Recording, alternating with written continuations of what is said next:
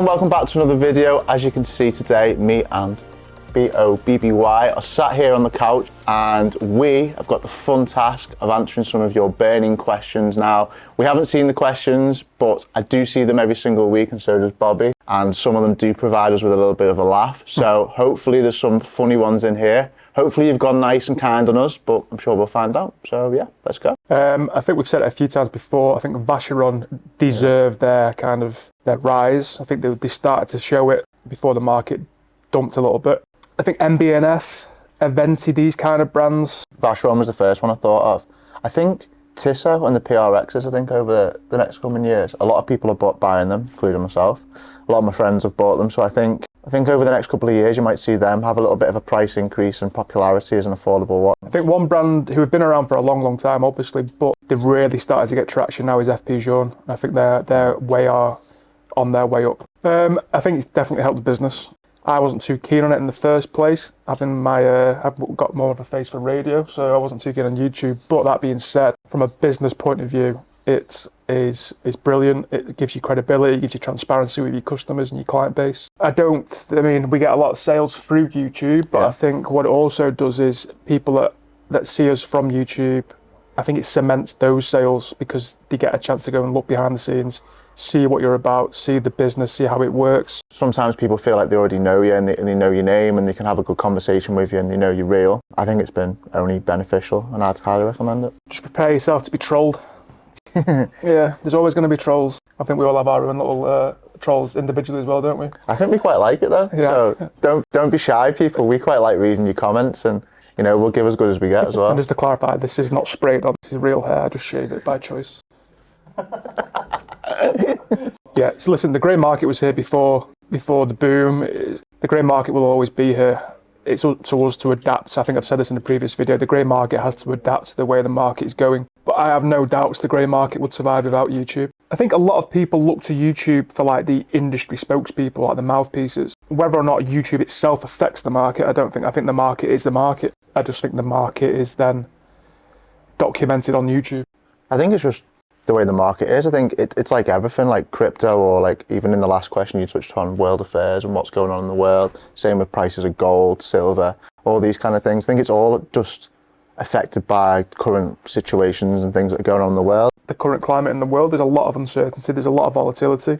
There's a lot of stuff happening out there which is making people a bit worried about the future. That being said, we're still selling watches. We're still selling a lot of watches from Datejust up to RMs. So there's still people buying out there. Maybe the people who can't quite afford to buy the Rolex right now or haven't budgeted correctly aren't taking that final step to actually buying it, whereas the people with the big money and the disposable incomes are buying because they can afford it.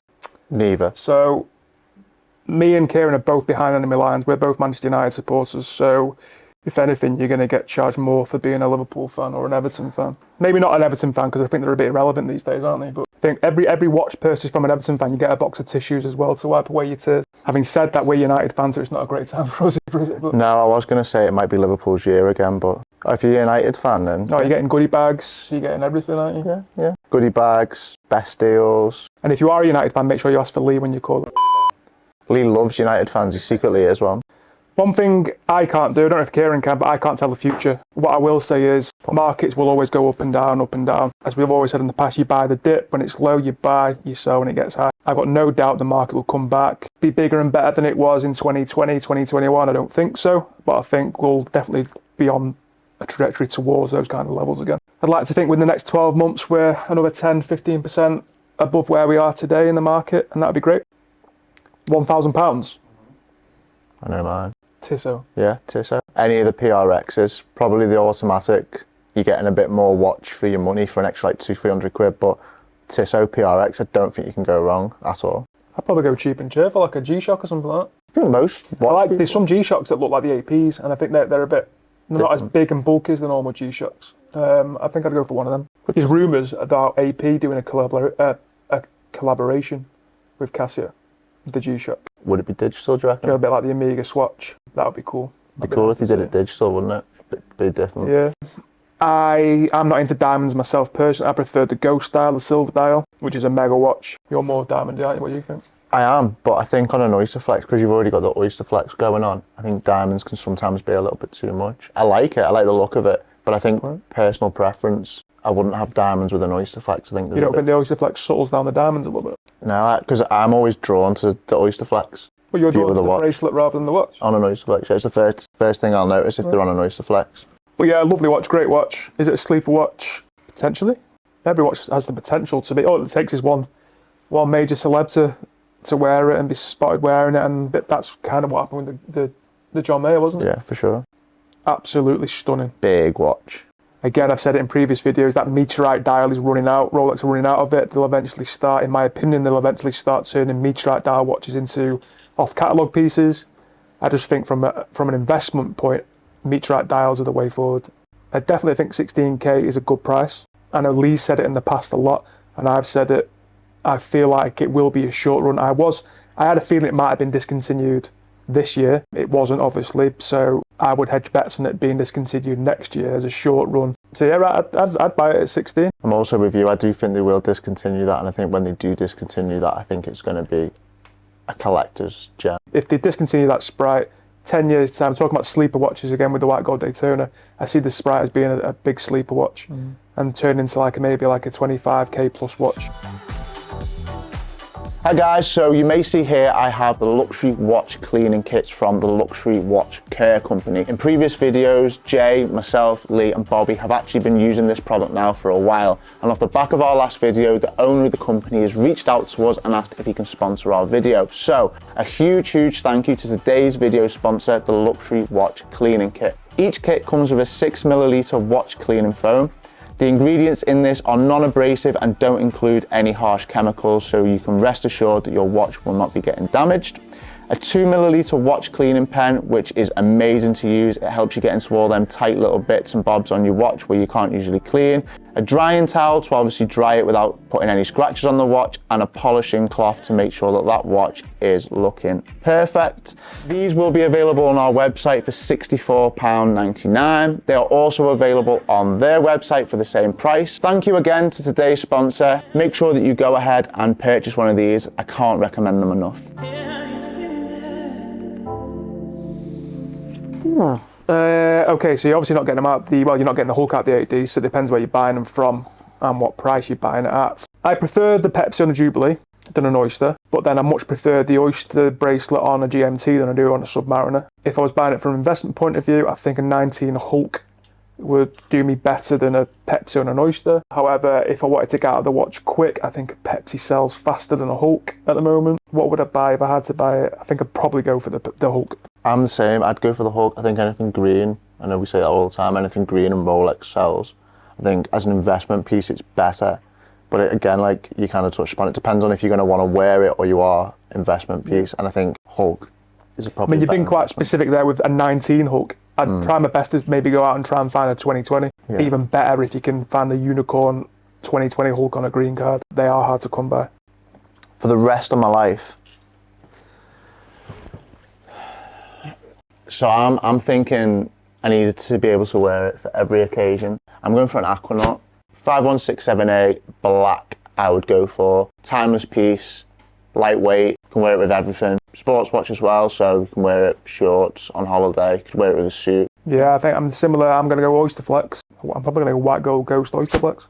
Yeah, nice. 1165 19 LM. Or maybe push the boat out to the Meteorite. What about, to add a bit of something to this, if it was outside of like your Rolex, your AP, your Patek? Did you say Gerald Charles? I'd wear one of them, you know. Would you? Yeah. Okay, not a fan. No. Not a fan of Gerald Charles. Vacheron overseas. We don't tend to buy them. Nope. Quite hard to sell in the UK. Yeah, so the American market is more geared up to watches without box and papers. UK market isn't. And if you're struggling to sell it yourself, I mean, eBay is probably a great option to try and sell something without papers, or use someone like Watchfinder. Best thing about eBay is at the moment they've got the authentication center, so they'll be able to authenticate it for you, which gives the buyer on the other end a bit more peace of mind, which gives you a bit more chance of selling it. But then you're obviously going to take a hit on the fee to eBay. For me, new releases. That being said, I've got a bit of a penchant for the vintage Daytonas. Yeah, definitely modern for me. I'm going to have to go vintage because of what I'm wearing, I think. And I do like the vintage watch. I think they have a bit of character and story behind them. So yeah. I'll go vintage. I'm wearing a 2002 discontinued GMT Master II Coke. Yeah, so I think I've already kind of touched on it. YouTube has brought a lot more traffic to the business. But I think what it does do, it really solidifies the sales that are there. So anyone that does inquire with us outside of YouTube will then maybe go and have a look at YouTube and think, okay, they are a real business, they are real people. But yeah, obviously YouTube has brought more traffic to us, which in turn creates more sales. I mean, let's be honest, yeah, from a business point of view, we went onto YouTube to generate more leads, more sales. But that being said, I think what we've come to learn quite fast is that it gives the business credibility and transparency, and we actually did want to bring a bit of that to the marketplace, especially in the UK as well, a bit of transparency to how things work in the grey market. Biggest struggles with being a watch dealer. Okay, so for us as a business, I'm sure it's the same for many other watch dealers out there that employ staff at the level that we do. Logistics, we're shipping watches all around the world. When you have multiple locations like Liverpool, London, Glasgow, managing stock levels around those locations. Sod's law is you'll send the watch down to London and that very day someone in Liverpool wants to see it in Liverpool. I think from another aspect of it as well, people who are maybe, setting up or starting or might not be yours, might be, like a one-man band or a two-man band or whatever. I think cash flow for people is a big thing. Yeah, definitely. Yeah.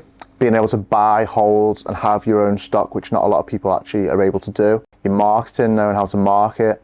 I'm sure logistics are a nightmare for people who are in a smaller company than us. It might look nice and easy from people from the outside, but there's definitely a lot of aspects to the business and a lot of things that you have to make sure you do right to make sure that your company goes well, especially in this industry as well. But like knowing how to buy, I think that's an issue. Yeah, I was just about to touch on that. I think the hardest thing for us is to try and not necessarily guess the future, but kind of understand the trends in the marketplace. So at Watch Dealer, we stock a lot of watches.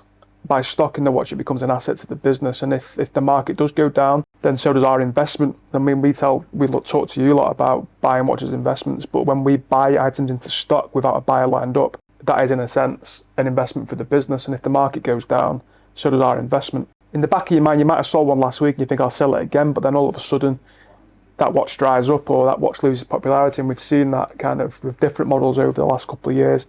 First of all, it was like the full rose root beer was just doing astronomically well, and then nobody wanted them. So then you buy them into stock thinking you're going to sell them easily, and then you're stuck with 3 of them. Hopefully you've enjoyed this and it's been informative. Please do keep asking questions on the videos. We do see them, and we will keep doing videos like this where we will answer your questions, give you insights into the business and insights into the market that you might not be able to see from YouTube or even doing your own research. So yeah, please keep asking the questions. If you're not, please make sure that you are subscribed to our channel. It really helps us out and we can keep bringing you informative videos, fun videos and everything else in between. So yeah, please make sure you like, comment, subscribe, and we'll see you in the next video. Tasty that.